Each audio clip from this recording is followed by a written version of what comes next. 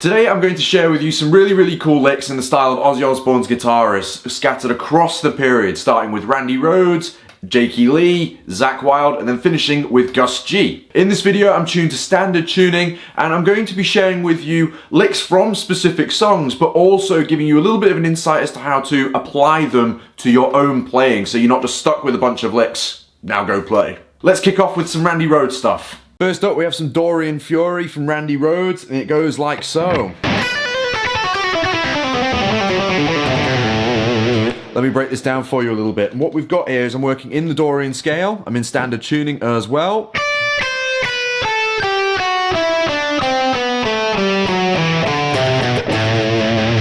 And what we've got going on here is a bunch of different licks. The first repetitive idea goes like so. I'm picking the 10th fret on the high E, pull off to 7, hammer on to 8, pull off to 7, hammer on from nowhere, which is what I do when I got the tempo up. I'm going to pick it for the example, 10th fret on the B string,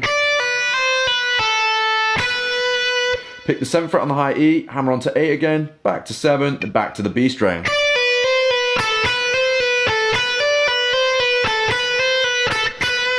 You pick that note here, the B string, and then hammer on to start the lick off again.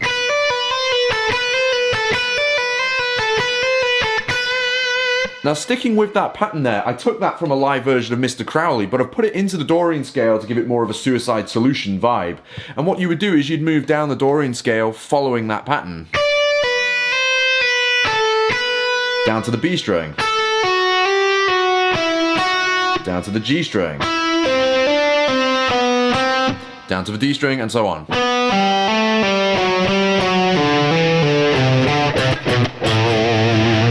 Really cool. And the idea there is I'm rooting this in A. I finished there on the first note of what would be the root of the A minor pentatonic.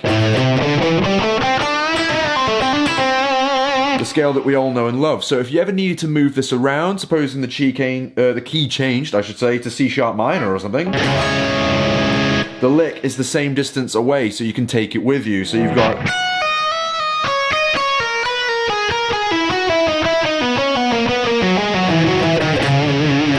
Same way if it was in G minor.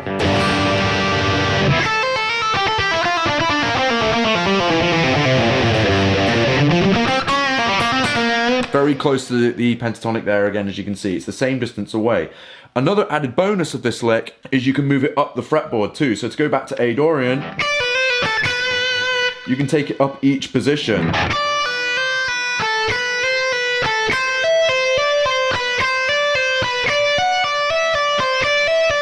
See the idea?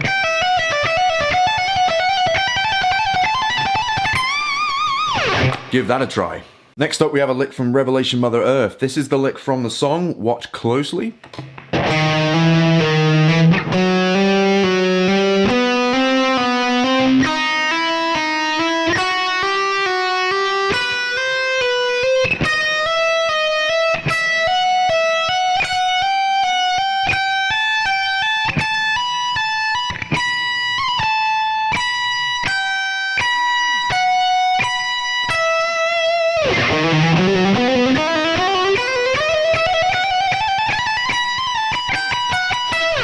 Now, this is in E harmonic minor in the original song, so rather than break down just that one lick on its own, I'm going to share with you how to apply it elsewhere. I learned the harmonic minor scale from learning a couple of boxes, but then found best use out of it from playing it in a linear fashion, like so.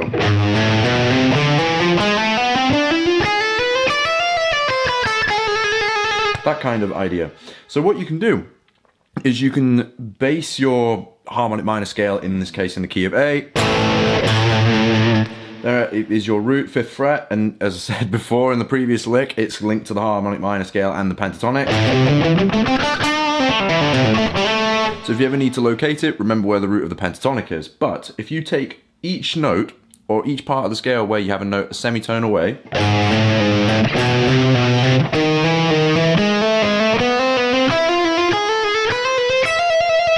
you can take this lick across any other key. Just a concept I thought I would share. Last Randy Rhoads lick before we move on. This one you may recognize.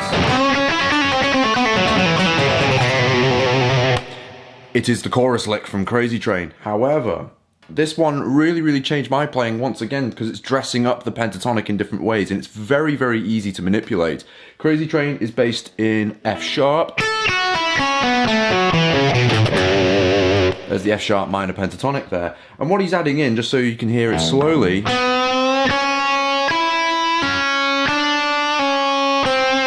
blue note,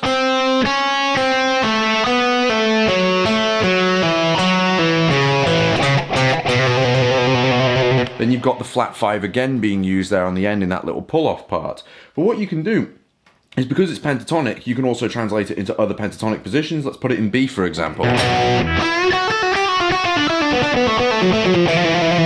So it works in all kinds of different places, but what's really cool is you can make the most of these different notes that exist outside of the pentatonic in other aspects of your playing. So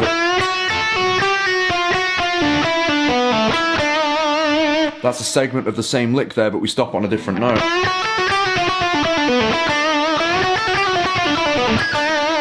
Really cool little fill lick. You can also do other aspects where you can come down the same pattern, and this is more from a live version of Crazy Train.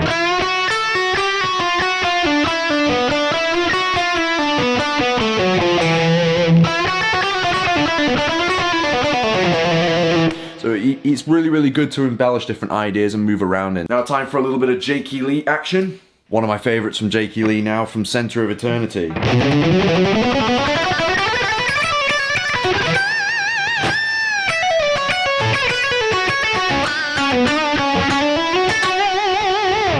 Now this one's got lots and lots of skills for you to try out. Some big stretching in there, lots of alternate picking. It starts off with a really cool alternate picked run in the key of B minor.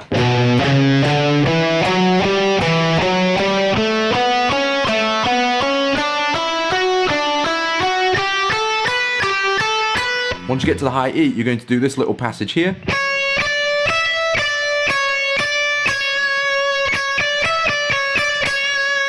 Nine, 10, 12, 10, 9, 10, 9.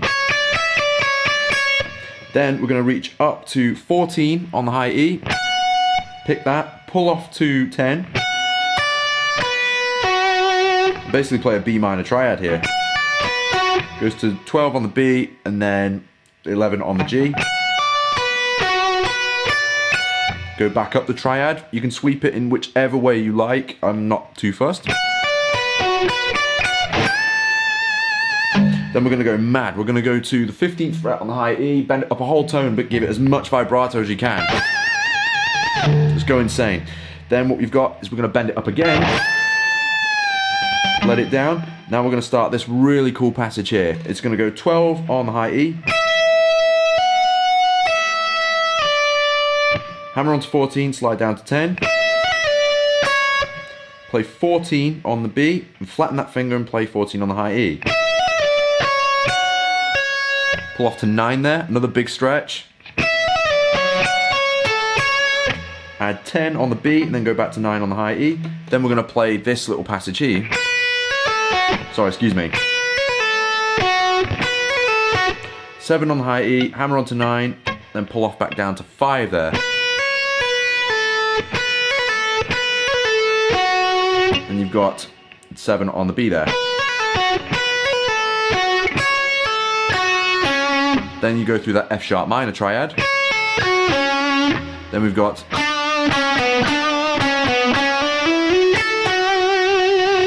but what I like about this lick is you've got this little passage that walks you down. It's a really useful thing. So you could team this up with any scale that you want.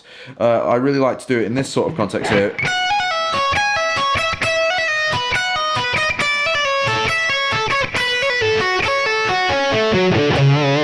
It's a really transferable thing I thought I'd share with you, as well as give you the lick from the song there. So you might have that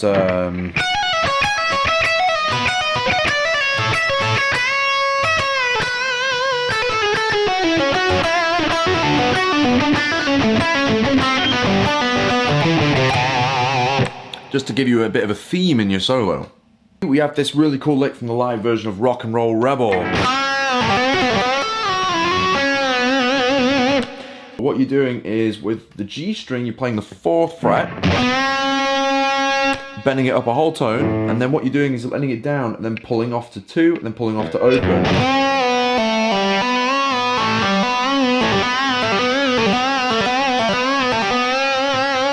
Get used to doing that, okay? Because it's a really, really cool little pattern to do. It doesn't matter where you are, it just sounds nice. What you've got is it's going to tap a melody.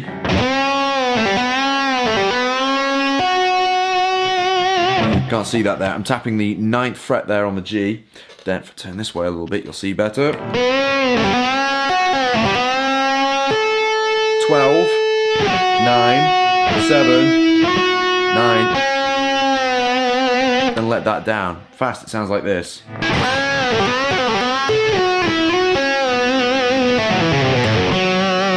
And what this gets you to do is think, once you've bent a note, how have all the notes shifted? And the basic law is, if you bend up a whole tone up here, all of the notes afterwards bend up a whole tone as well. It doesn't matter where you are. 2 licks in one here, and you've got this really cool little pentatonic idea from Jake.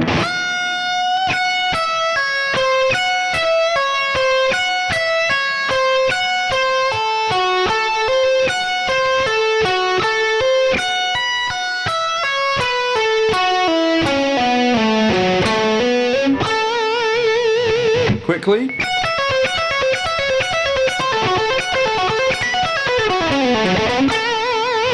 You'll recognize that from the live version of I Don't Know, but I've put it in F sharp on purpose because it goes very, very nicely with another tapping lick found in the remastered version of Rock and Roll Rebel, but also in the live version of Crazy Train he used to do. In the intro, he'd play a tapping lick like this.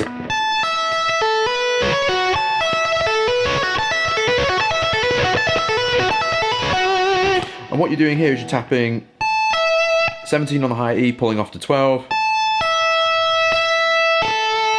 Tapping 17 on the B, pulling off to 10. Hammer on to 12 on the B. Hammer on to 18 of the G, then pull off to 11. And then repeat.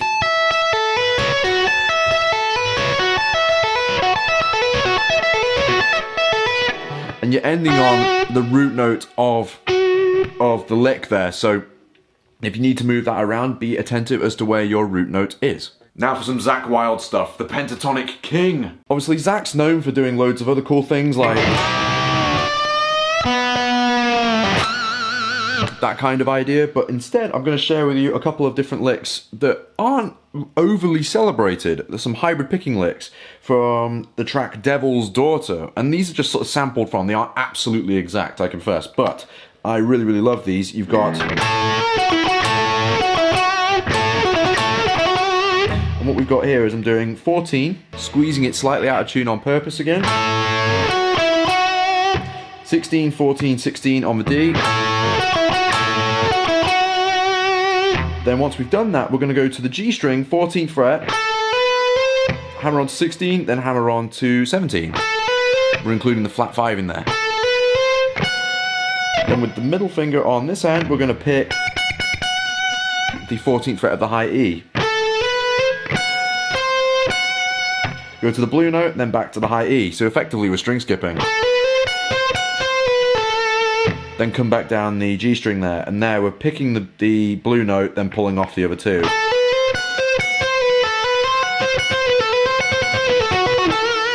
Really jarring and very effective. And then we're going to do a little chromatic run. This time we're going to be pedaling on the 14th fret of the high E with this picking finger. Then we're going to play this, keep an eye on the B string. Now look at the G string.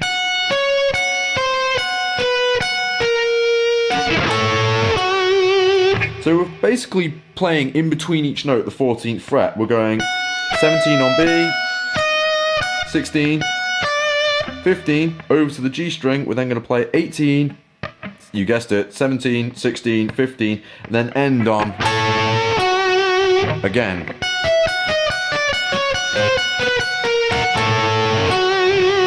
Really weird out of context, but it sounds really, really great when you move it around into other keys. So if I put it into, say, C sharp again.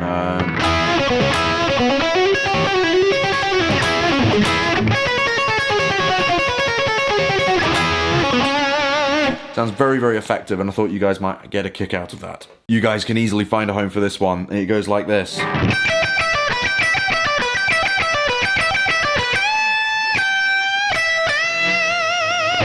Played in the E minor pentatonic scale. It's taken from Mr. Tinkertrain solo.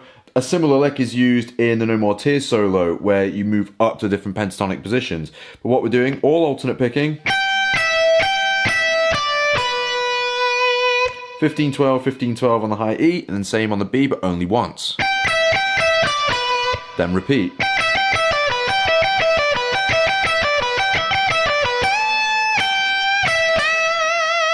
Bend that 15th fret up a whole tone.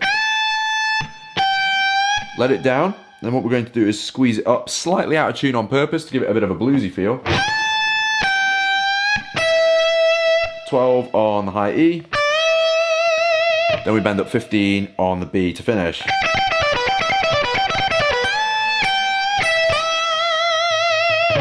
Here's a cool one I just remembered from Zakk. Just came up with it on the fly. This wasn't on the memo. And what we've got is... And the idea with this is you've got to get really, really good at this little repetitive lick here in the one position. And it's that...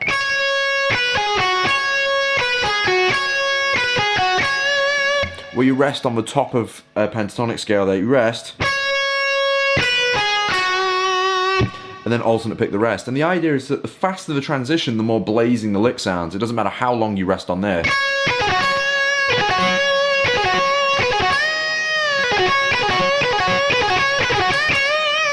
And the idea is that between each transition, you slide up to the next position.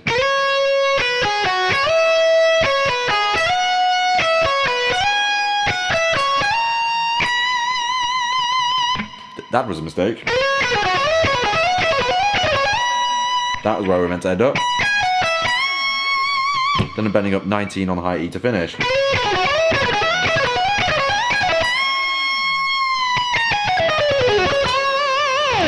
Have some fun with that one.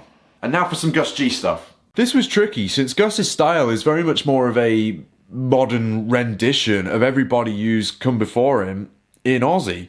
But to share some stuff that's a little bit more original to what he brought to the band, you could take a lick like this.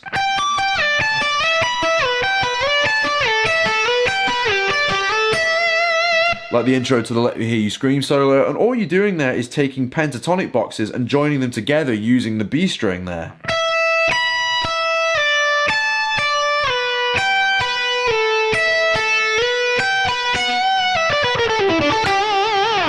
Really love that. It's a favourite of John Petrucci's as well, and since it's pentatonic, it's far easier to insert into the key of your choosing. You can do a similar thing using these stylistically appropriate fingers, where you use octaves on the G and high E.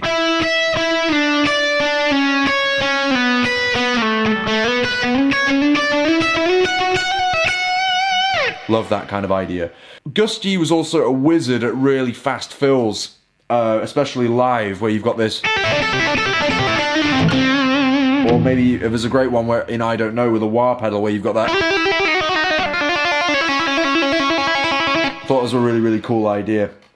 But another thing that he was really good at, if you listen to the song Crucify, I want to break this little lick down for you. It's a sleeper song off the Scream album. Uses triads and changes the bass note each time, and it creates a lick that's super catchy.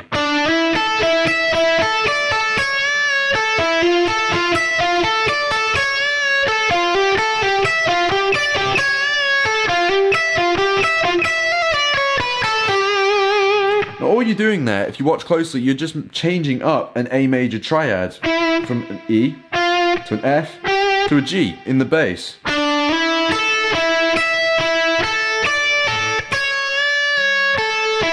Not to mention that bend, which makes it super catchy.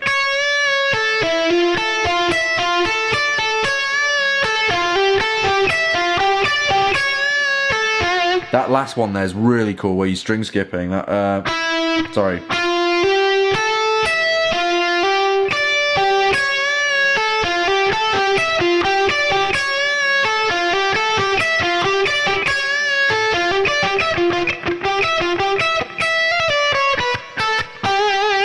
Really clever idea, because that gives you playing a little bit more reserve, but also if you can include something like that where you take your triads, move them around.